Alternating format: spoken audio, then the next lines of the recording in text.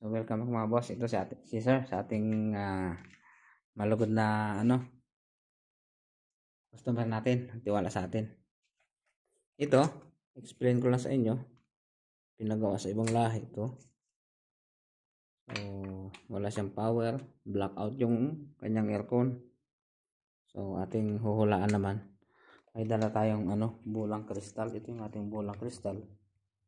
Huhulaan natin kung anong ating lalabas sa tawas.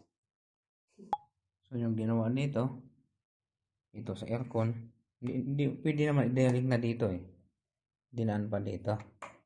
So natin, matigas, wala siyang kuryente, wala din kuryente, so blackout siya.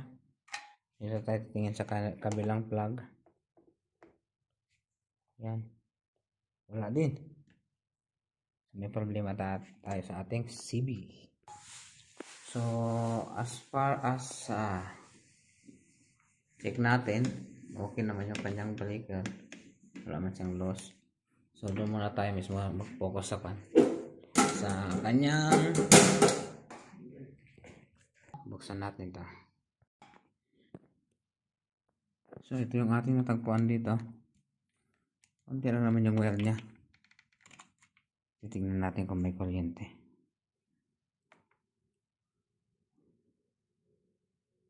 Direct to the point tayo. Ito kanyang input. Yan. Oh, so far so good. May kuryente siya. Yan 220.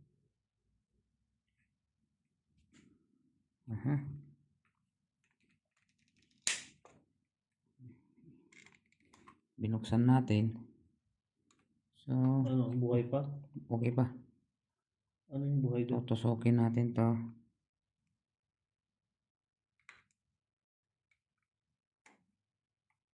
So, wala siyang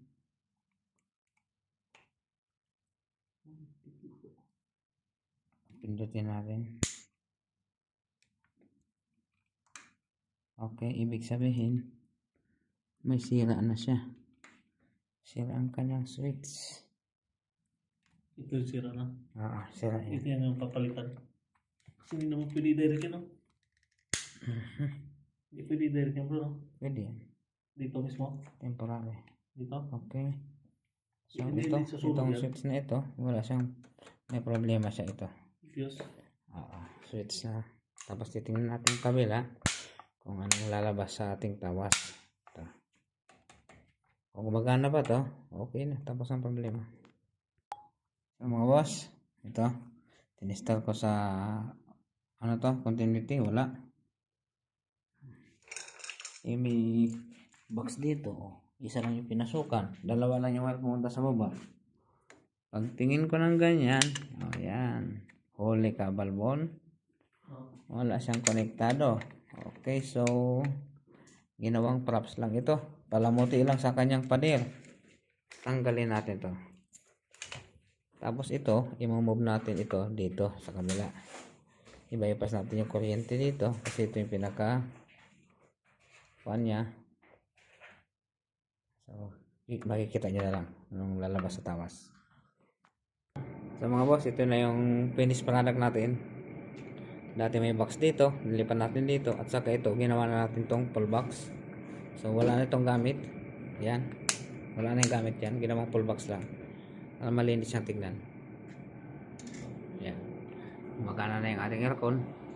So yan, hanggang dito lang muna tayo. Tiwala lang kay Panday, mandun lang kay Panday, may matututunan ka.